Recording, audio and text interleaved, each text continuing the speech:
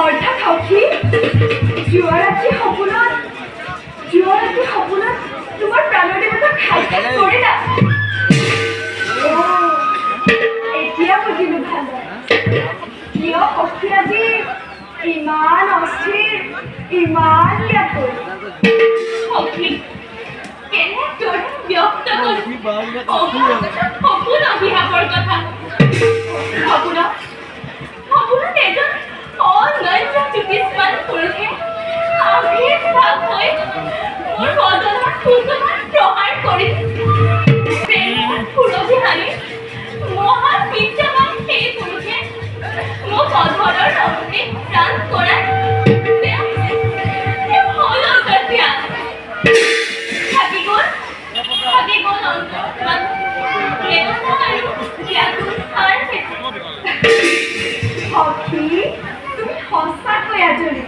সামাজিকত ঘটা ঘটনা দিঠকত সমূলি সত্য নহয়। সখী সপোন কোঁৱৰৰ ভাৱত মিছাতে বাউলি নকবা। এনে বাক্য নতুন সংসাৰ সপোন কোঁৱৰ কালিতে নাকলে মোৰ অন্যথা জলধাৰী অগ্নি এই প্ৰাণ মই এদিন চলতে দেখি কেনেদৰে সম্ভৱ সখী? নাজানো গোত্ৰ, বৰ্ণ, বংশ, গ্ৰাম্য বা দেশৰ পৰিচয়। কেনেদৰে আনিম তোমাৰ সপোন কোঁৱৰক? সখী উপহাস নকৰিবা সখী। মহাদেৱ শিৱৰ বৰ অনুসৰি ব্ৰহ্মাণ্ডৰ সকলো প্ৰাণীকে কৰিব পাৰা অংকন। সেই অংকন কৰিব প্ৰাণৰ দেৱতা চিনাক্ত কৰোৱা সপোন কোঁৱৰক। বাৰু সখী অধৈৰ্য নকবা। এতিয়াই অংকন কৰিম তোমাৰ সপোন কোঁৱৰক। তাৰ আগে আনি ল'ম মই অংকন সঁজুলি।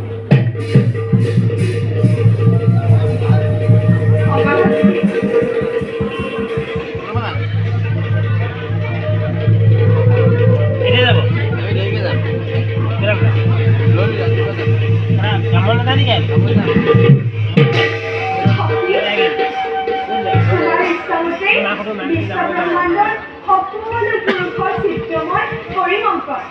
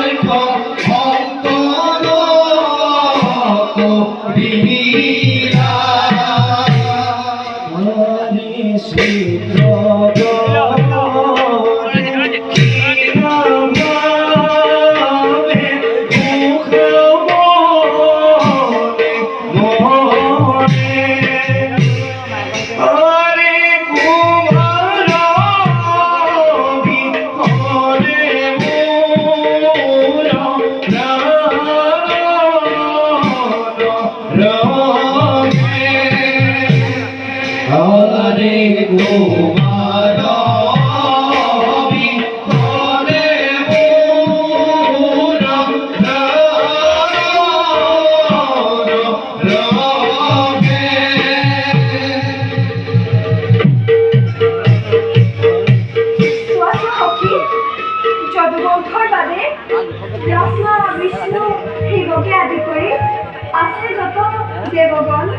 জৈৱৰক্ষ দানৱ গন্ধৰ্ব কিন্নাৰ আদি সকলোৰে চিত্ৰময় কৰিলো অংকন সখী নাই ইয়াত মোৰ সপোন ঘৰ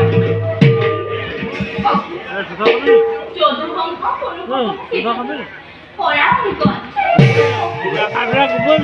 অৱস্থা বেয়া বমিয়াই আছো আছে বিদেশ দিনতে সৰিয়হ ফুল দেখি গৈছো নহয় অভিজিত জীৱনত নাখাওঁ কাণত ধৰিছে জীৱনত নাখাওঁ কোঁৱৰসকলৰ চিত্ৰ অংকন কৰিবলৈ তুমি মোক অনুৰোধ নকৰিবা সখী থাকে যদি সপোন কোৱাৰ যদুবংশত বিদ্ৰোহে কৰিব লগা হয় যদি বিদ্ৰোহ তেন্তে সমগ্ৰ বিশ্ব তাৰ বাবে শুনি কৰি সৰ্বদা আছে প্ৰস্তুত ঠিক আছে সখী তোমাৰ বাবে ৰাখি দ্বিতীয় পুৰুষসকলৰ চিত্ৰ কৰিম অংকন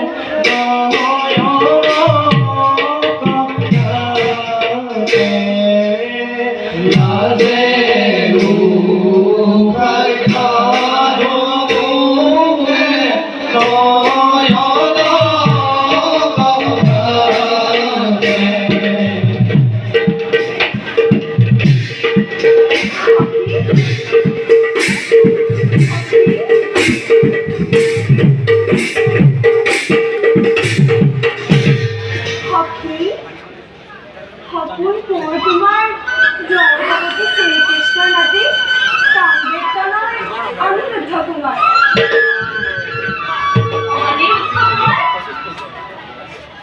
অনিৰুদ্ধ কুমাৰ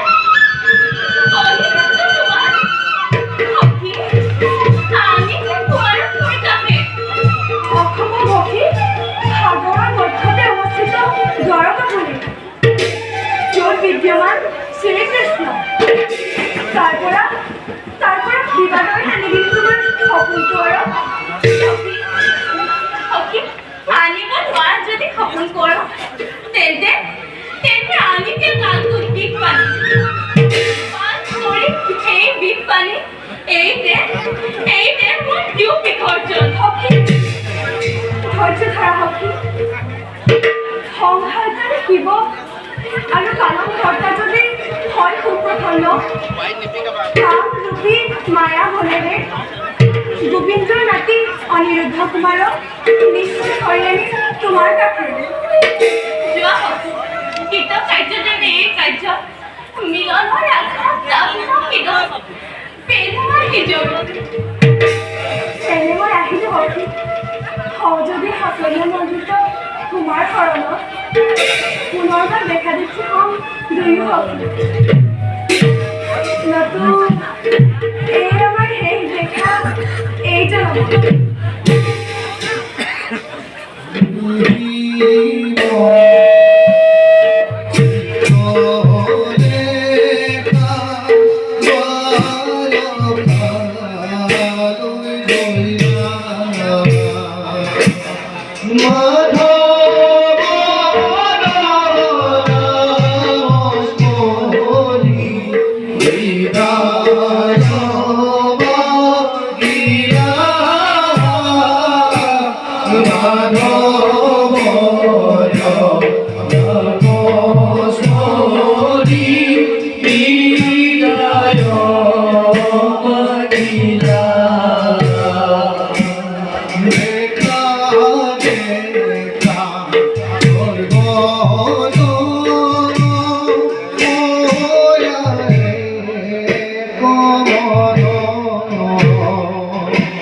Yeah.